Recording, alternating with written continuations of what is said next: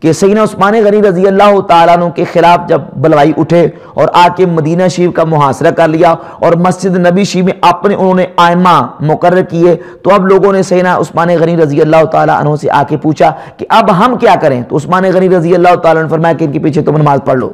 تو اب وہ بھی صورت یہی ہے کہ وہ ظاہر ہے کہ کافر نہیں تھے، جو اصحاب بلبہ تھے کافر نہیں تھے، بدعتی تھے اور متغلب تھے، آ کے زبردستی تلوار کے زور پہ قابض ہو کے بیٹھ گئے تھے، تو اس صورت میں ان کے پیچھے نماز پڑھنے کی اجازت دی گئی ہے۔ عام روٹین میں ایسے جو بدعتی ہیں ان کے پیچھے نماز پڑھنا درست نہیں ہے، بلکہ نماز پڑھنے کے پیچھے مکروہ ہے تحریمی۔